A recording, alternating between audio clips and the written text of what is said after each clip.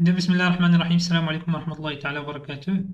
إذا في هذا الفيديو إن شاء الله غادي نشوفوا طريقة طباعة الإشعارات على الورق العادي من حجم A4 أو لا A4 أو لا يعني الورق العادي اللي كنعرفو حنايا، يعني الورقة الكبيرة اللي كيكون فيها يعني في الطول 29 تقريبا على 21 في العرض.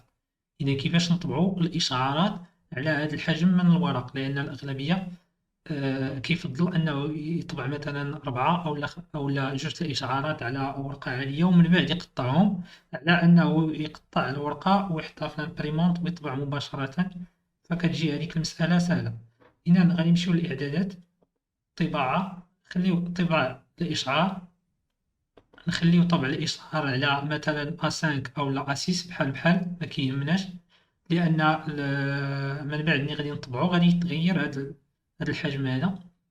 ماشي مشكل يعني بحال A5 أولا A6. نمشيو للماء نمشيو للقراءات، نختارو الفترة اللي بغينا نطبعو مثلا الإشعارات ديالها، ومن بعد غادي نضغط على طبع الإشعار، نختار الدوار.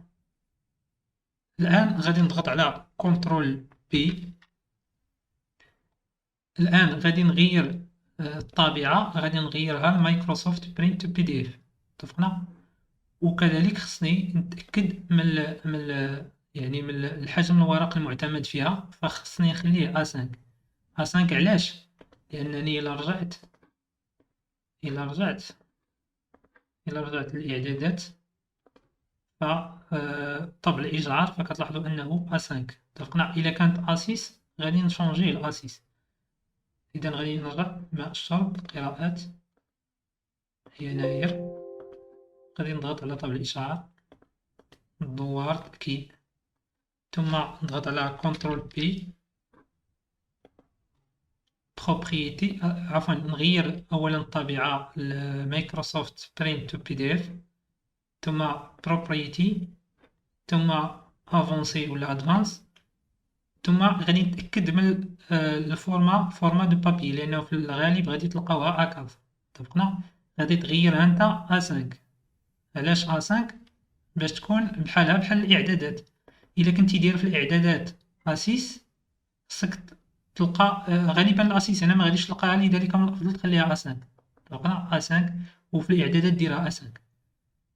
دير أوكي، أوكي، ومن بعد ضغط على أوكي.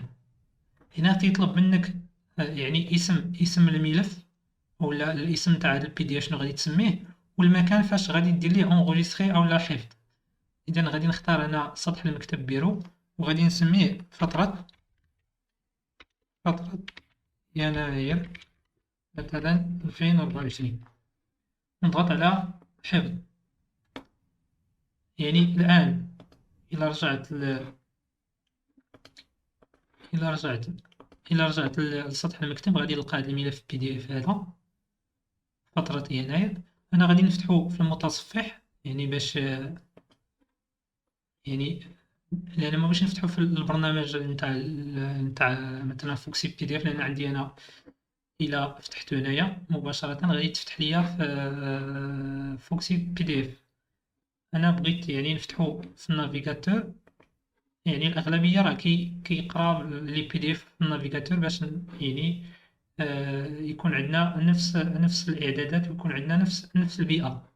الآن هادو هما الإشعارات ديالي، كتلاحظوا أنا عندي 4 الإشعارات. دابا إلا درت مثلا كونترول بي أولا طباعة، نختار لامبريمونت عندي مثلا سامسونج هادي.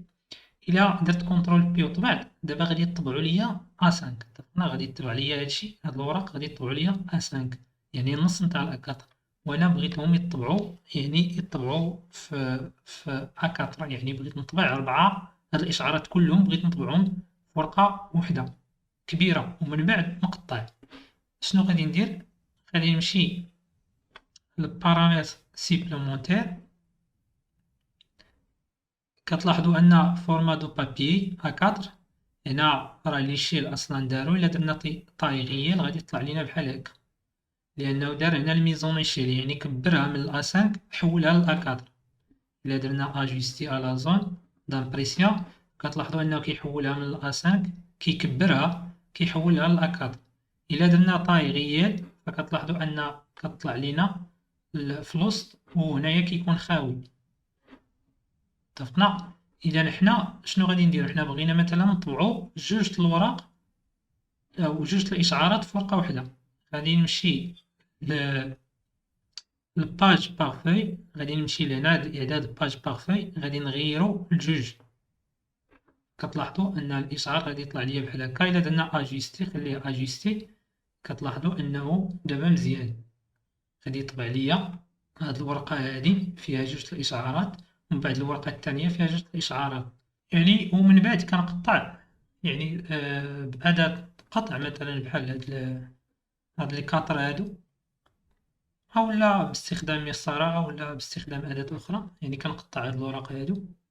هنا كتلاحظوا أن ورقة عادية غادي تعطيني جوج الإشعارات أو جوج الأوراق. اتفقنا؟ هنا بما أن عندي 4 الإشعارات يعني غادي نحتاج جوج الأوراق. ممكن كذلك نطبع يعني في ورقة واحدة ممكن نطبع 4 الإشعارات. يعني يكفي فقط أنني نغير هذا الرقم هذا باج باغ فوي نغيرو مثلا 4.